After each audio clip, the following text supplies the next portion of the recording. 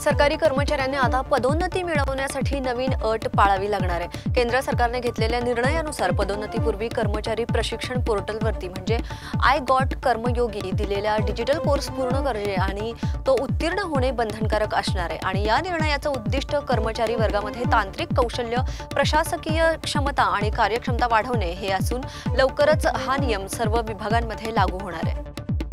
मुंबईच्या हार्बर मार्गावरती आज सकाळी रेल्वे इंजिन घसरल्यामुळे प्रवाशांना प्रचंड त्रास सहन करावा लागतोय। पनवेलकडे जाणाऱ्या लोकल सेवा सुमारे 4.5 तास पूर्णपणे ठप्प झाल्या होत्या आणि ही घटना वाशी आणि नेरुळ स्थानकांच्या दरम्यान घडली आहे। इंजिन रुळावरून घसरल्यामुळे त्या मार्गावरील वाहतूक पूर्णतः विस्कळीत झाली आणि अनेक प्रवासी स्टेशनवरती अडकून पडलेत, तर काहींनी इतर मार्गाचा वापर करून प्रवास केलाय। रेल्वे प्रशासनाकडून तांत्रिक पथक घटनास्थळी पाठवण्यात आलं असून इंजिन हटवून रूळ दुरुस्त करण्यात आलाय। सेवा हळूहळू पूर्वपदावरती येते। पुण्यात महात्मा गांधी यांच्या पुतळ्यावरती अज्ञात व्यक्तींनी काळं फासल्याचा प्रकार घडलाय। ही घटना उघडकीस येताच परिसरात तणाव निर्माण झाला असून नागरिकांनी या कृतीचा तीव्र निषेध केलाय। पोलिसांनी तात्काळ घटनास्थळी पोहोचून पुतळ्याची स्वच्छता केली आणि चौकशी देखील सुरू केली। परिसरातील सीसीटीव्ही फुटेजच्या आधारे आरोपींचा शोध घेतला जातोय। प्रशासनाने नागरिकांना शांतता राखण्याचं आवाहन केलंय आणि या प्रकारामागील कारणांचा शोध घेण्याचा प्रयत्न देखील सुरू आहे। बेंगलोरच्या जरगनहल्ली भागामध्ये एक धक्कादायक लॉटरी फसवणूक उघडकीस आली आहे। सुधा आणि सिद्धी राजू या दाम्पत्याने लॉटरीमध्ये मोठा नफा मिळेल असं सांगून सुमारे 600 लोकांकडून प्रत्येकी 5 ते 10 लाख रुपये उकळलेत आणि या प्रकारात एकूण अंदाजे 40 कोटी रुपयांची फसवणूक झाल्याचं समोर देखील आलंय। पोलिसांच्या माहितीनुसार हे दाम्पत्य 3 जून पासून फरार आहे।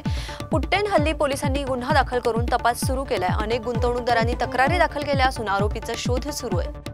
भारतीय रेल्वेची आपली आरक्षण प्रणाली अधिक सक्षम करण्याचा निर्णय घेतलाय। नव्या सुधारित प्रणालीमुळे आता प्रति मिनिट सुमारे 1.5 लाख तिकीटं अयशस्वीरित्या बुक केली जाऊ शकणार आहेत आणि त्यामुळे प्रवाशांना जलद बुकिंगचा अनुभव देखील मिळणार असून विशेषतः तिकीट विंडो उघडताच निर्माण होणारी गर्दी आणि अडथळे कमी होणार आहेत असा रेल्वे प्रशासनाचा विश्वास आहे। ही सुधारणा लवकरच अंमलबजावण्यात येणार असून रेल्वेच्या डिजिटल सेवांमध्ये आणखी वेग आणि स्थिरता निर्माण होणार आहे अशी माहिती देखील रेल्वे मंत्रालयाकडून देण्यात आली आहे। महाराष्ट्र सरकारने घोषणा केली आहे की 8 आणि 9 जुलै या 2 दिवसांमध्ये राज्यातील शाळांना कोणतीही सुट्टी लागू होणार नाहीये। काही शिक्षकांच्या आणि कर्मचारी संघटनांच्या अहवालानुसार या तारखांना संपाची शक्यता होती, परंतु शिक्षण विभागाने त्वरित त्यास स्पष्टता दिली आहे। या निर्णयामुळे पालक आणि विद्यार्थी अशांतता न बाळगता नियमित शैक्षणिक घड्याळाची हिस्सा बदल न करता शाळेत उपस्थित राहणार आहेत। शिक्षण विभागाच्या अधिकृत नोटीसमध्ये नमूद केले की या 2 दिवसात शाळा पूर्णपणे सुरू राहतील आणि कोणतेही स्थानिक किंवा धार्मिक कारण म्हणून सुट्टी देण्यात येणार नाहीये। महाराष्ट्र सरकारने राज्यातील शाळांमध्ये हिंदी भाषेला तिसरी भाषा म्हणून शिकवणे अनिवार्य करण्याचा निर्णय घेतलाय आणि यासाठी सरकार इतर राज्यांमधून सुमारे 20,000 गैर मराठी शिक्षकांची नियुक्ती करण्याचा विचार देखील करतोय। या निर्णयामुळे राज्यात नव्या वादाला तोंड फुटलंय। शिक्षण विभागाने असं सांगितलंय की राष्ट्रीय शैक्षणिक धोरण म्हणजेच NEP अंतर्गत हा निर्णय घेतला जात असून विद्यार्थ्यांना बहुभाषिक शिक्षण देणं हे उद्दिष्ट आहे। तथापि विरोधक आणि अनेक मराठी प्रेमी संघटनांनी यावरती तीव्र नाराजी व्यक्त केली आहे। शिवसेना, मनसे, राष्ट्रवादी काँग्रेस आणि काँग्रेसने हा निर्णय मराठी भाषेवर आणि अस्मितेवर आघात असल्याचं देखील म्हटलंय। माजी आमदार बाबा सिद्दीकी यांच्या हत्येनंतर त्यांच्या मोबाईल क्रमांकाचा वापर करण्याचा प्रयत्न झाल्याचा महत्त्वाचा खुलासा झालाय। दिल्लीच्या बुराडी परिसरात एका नव्या सिम कार्डवरती बाबा सिद्दीकींचा नंबर सक्रिय करण्याचा प्रयत्न करण्यात आला होता आणि या प्रकरणी दिल्ली पोलिसांनी एक सायबर गुन्हेगाराला अटक केली असून तो आरोपी पूर्वीही फसवणुकीच्या प्रकरणांमध्ये गुंतलेला असल्याचं समोर आलंय। आरोपीने बाबा सिद्दीकी यांच्या पत्नी शहजीन सिद्दीकी यांच्याकडे ईमेलद्वारे आधार कार्ड, पॅन कार्ड आणि GST नंबर तसेच कंपनीचं लेटर हेड मागवण्याचा प्रयत्न देखील केला होता, ज्यावरून त्याने फसवणुकीचा दावा आखल्याचं स्पष्ट झालंय। बिहारमध्ये निवडणुकीपूर्वी मतदार यादी पुनरावलोकनासाठी निवडणूक आयोगाने काही नियम शिथिल केलेत।